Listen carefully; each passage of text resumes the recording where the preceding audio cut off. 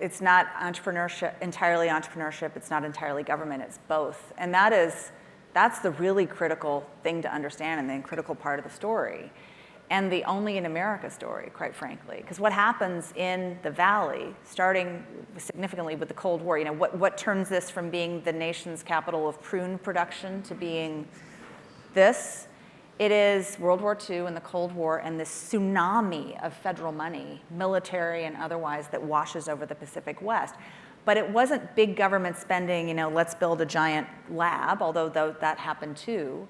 It was a lot of money washing into the labs at Stanford and washing into Lockheed Missiles and Space and into private industry. So the government puts money. And Berkeley. And Berkeley. Yes. We're going to have get in a sort of, it's going to be the big game on stage. But it washes in, and then government gets out of the way.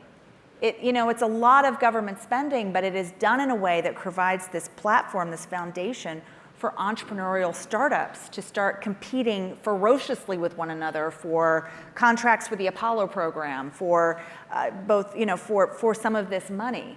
Is it the neither one or the other sort of aspect of your argument that is the thing that distinguishes Silicon Valley? Is that the special sauce? I think it distinguishes Silicon Valley and it distinguishes America. When we think about silicon, every place around the world wants to build a silicon something.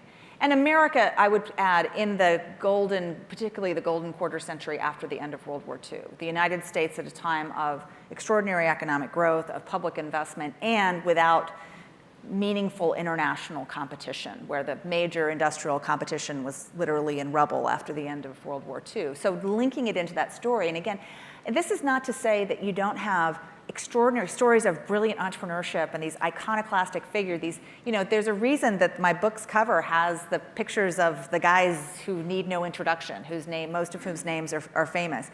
But what they are able to do is made possible not only by a larger community of people, both technological and non, and other companies, a larger ecosystem, but also the larger historical context in which they're coming up.